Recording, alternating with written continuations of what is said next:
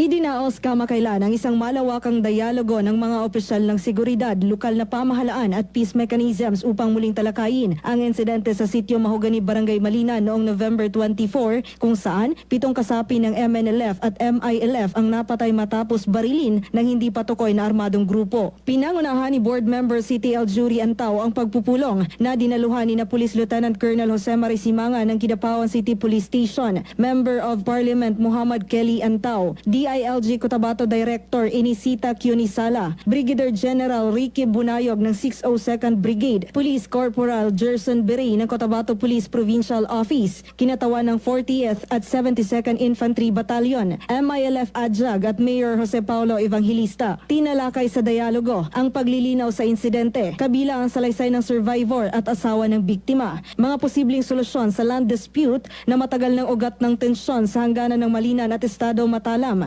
at mas malinaw na koordinasyon sa pagitan ng MILF, MNLF at mga peace mechanisms upang maiwasan ang miscommunication at mapabilis ang pag-verify ng armed presence sa lugar. Iprinisinta rin ng alkalde ang City Peace and Order Council Resolution para sa planong pagtatayo ng Army Detachment sa lugar bilang hakbang para sa seguridad. Ayon sa LGU Kidapawan at BARM agencies, bahagi ng serye ng dialogo ang pagbuo ng joint monitoring teams, pati ang long-term conflict mediation plan na tututok sa pagresolba ng alitan sa lupa at pag-iwas sa panibagong karahasan. Nakatakda ring isagawa ang community-level dialogue sa Estado Malinan at mga karatig sityo upang makuha ang testimonya ng mga residente at mabawasan ang pangamba sa pagitan ng komunidad. Samantala, nananatili sa evacuation centers ang ilang pamilyang lumikas habang nagpapatuloy ang koordinasyon ng LGU at iba pang regional agencies para tiyaking ligtas ang mga sibilyan habang nagpapatuloy ang investigasyon at dialogo. Patuloy ang ugnayan ng mga peace mechanisms at lokal na pamahalaan para matiyak ang seguridad at maibalik ang normal na sitwasyon sa Malinan.